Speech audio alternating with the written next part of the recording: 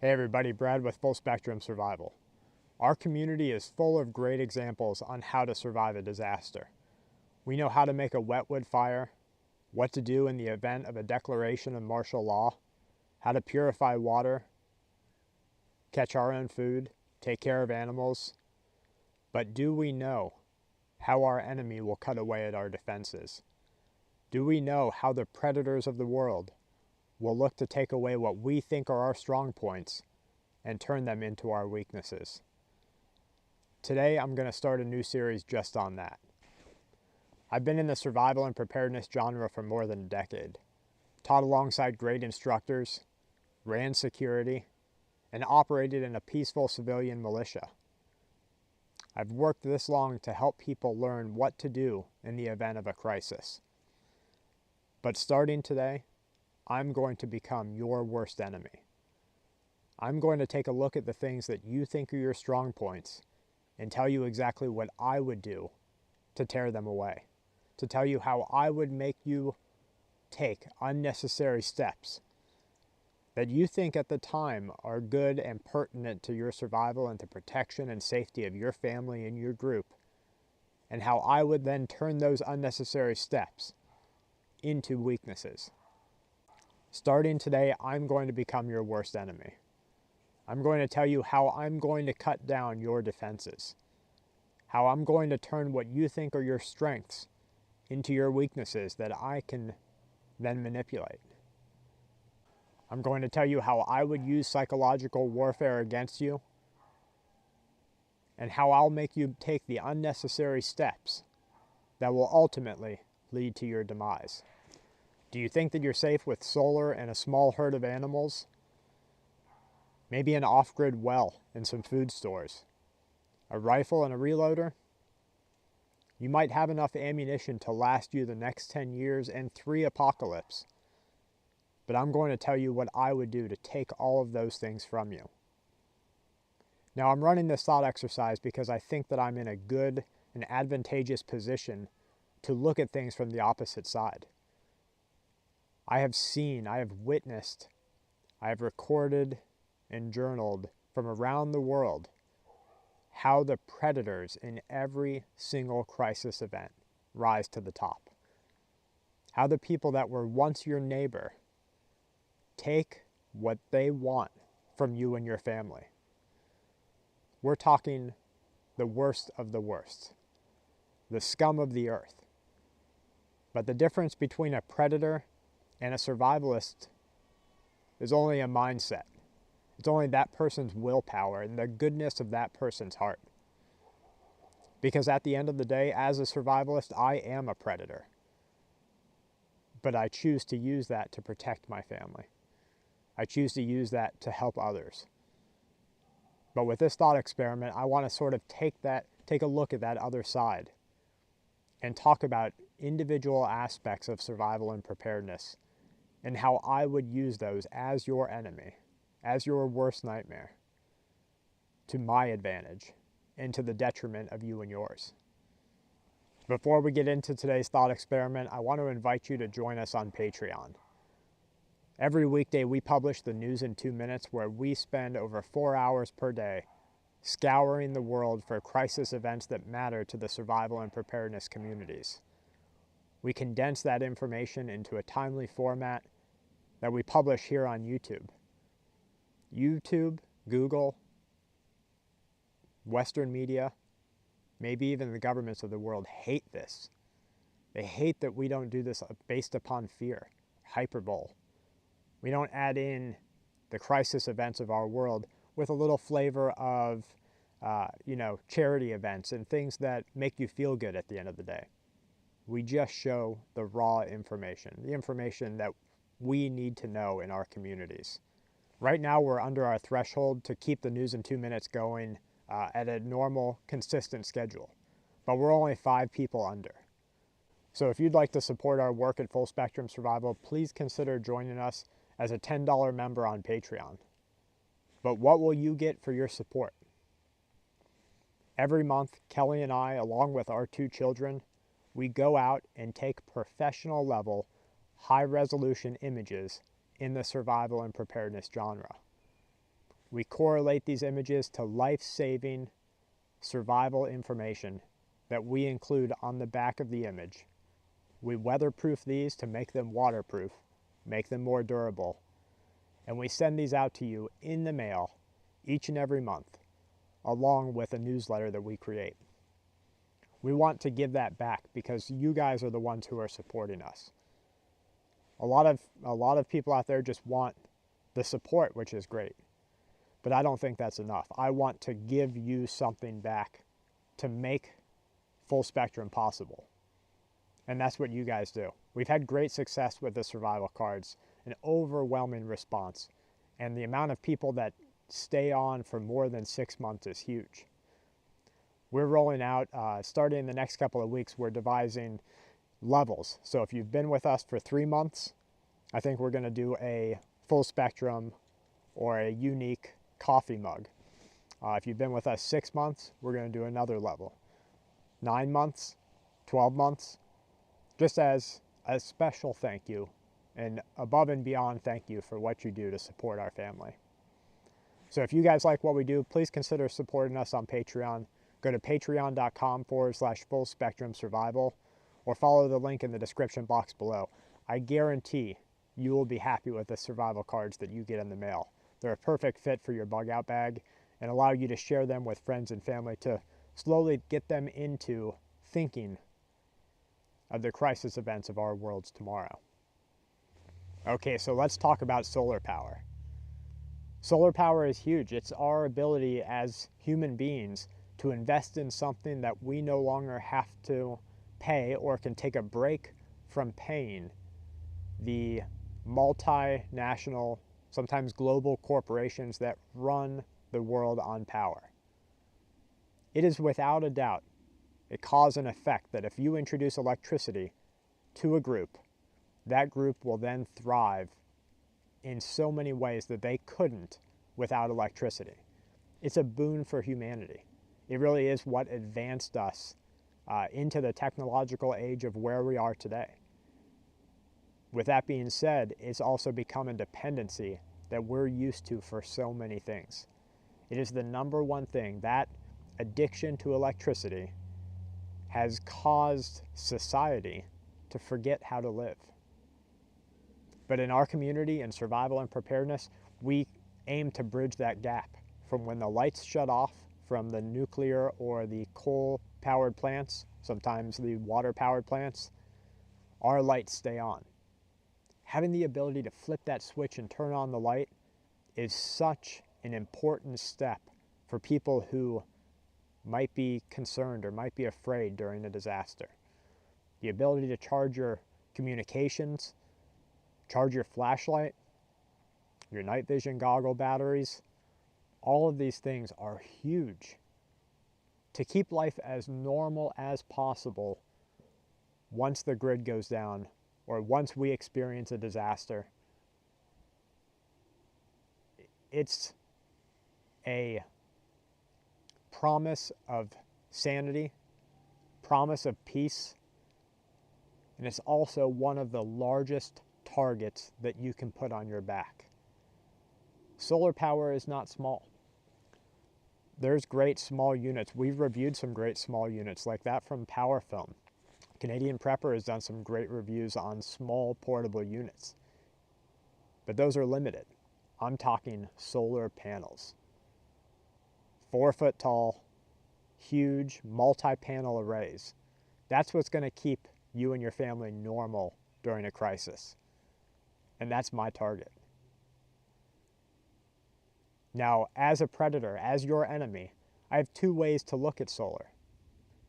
Do I come and do I take it from you? Do I surprise you? Do I kill you and your family and take your solar panels?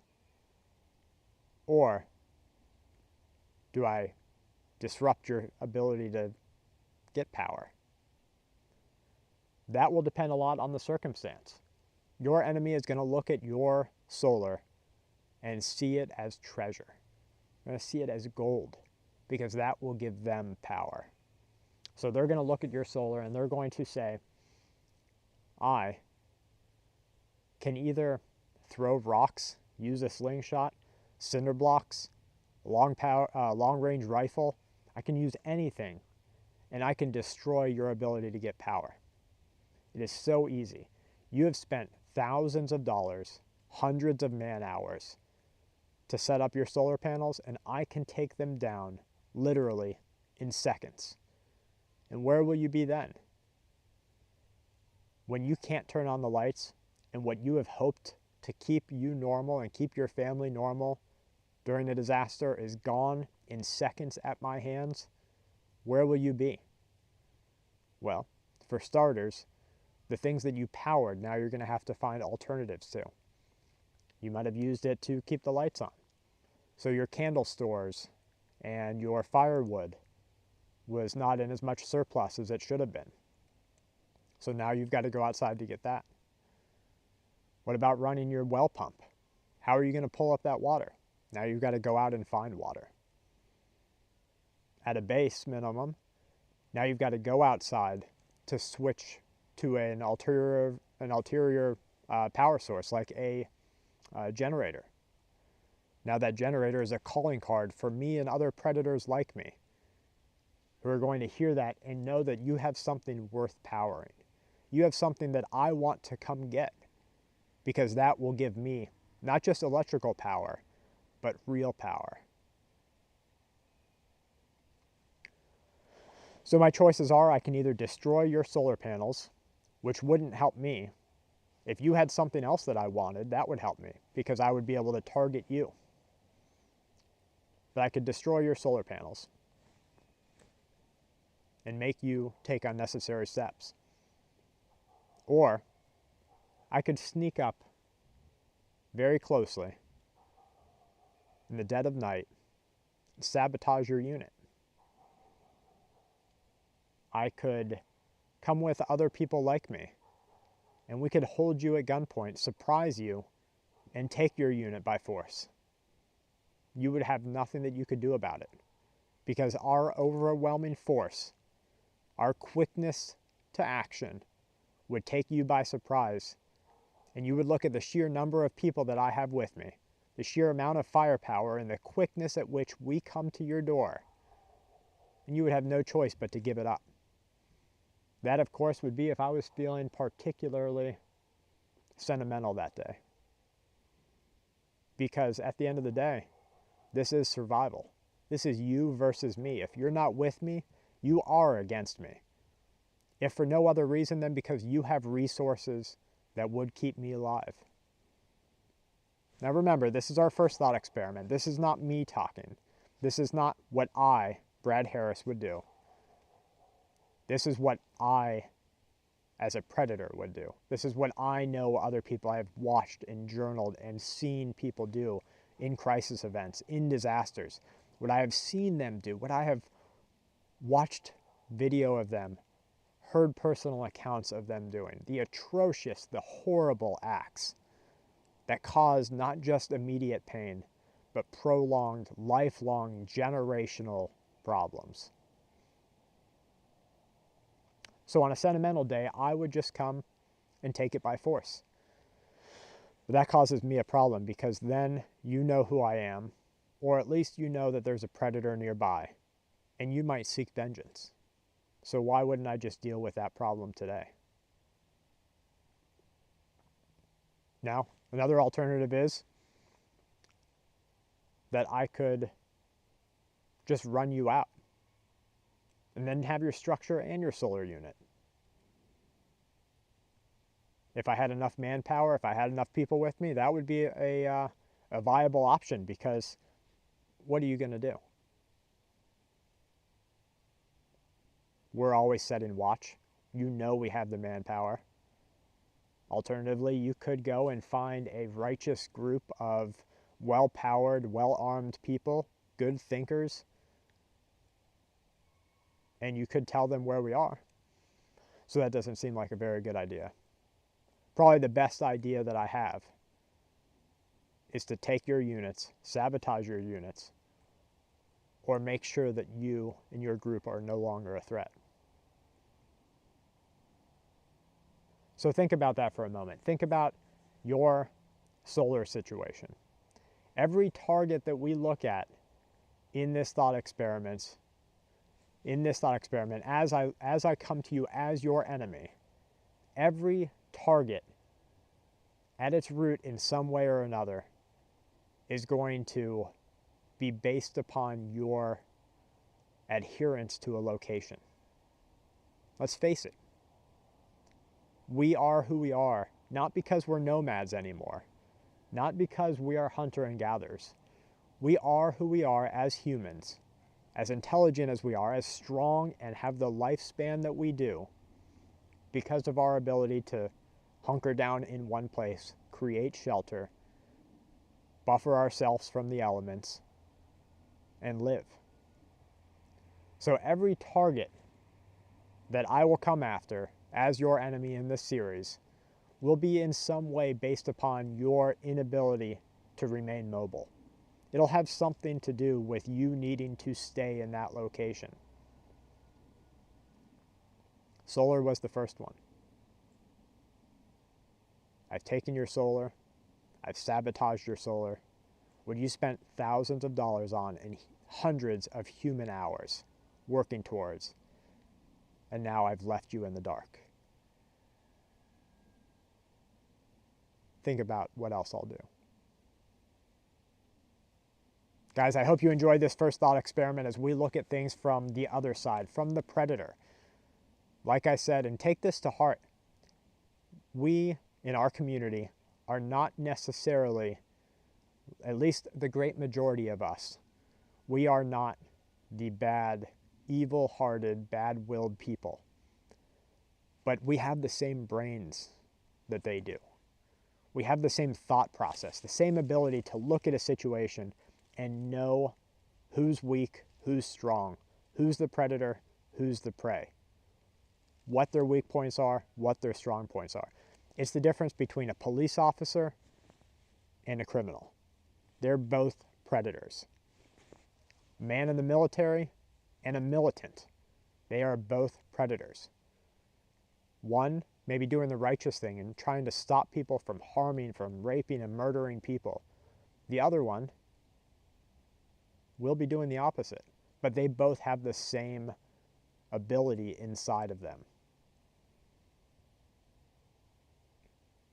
I hope that you've enjoyed this first thought experiment as I take a look at a strong point of solar power and tell you just a little bit of how I would get it from you or how I would sabotage it.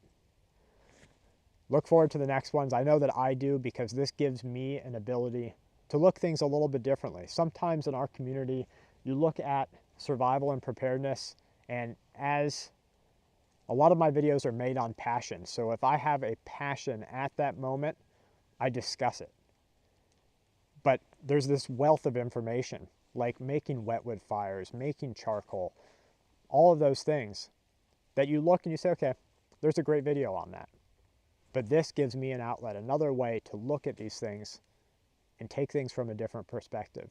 Take what we think are our strong survival strengths, cut them away, notch at the defenses, and show you where the weaknesses are.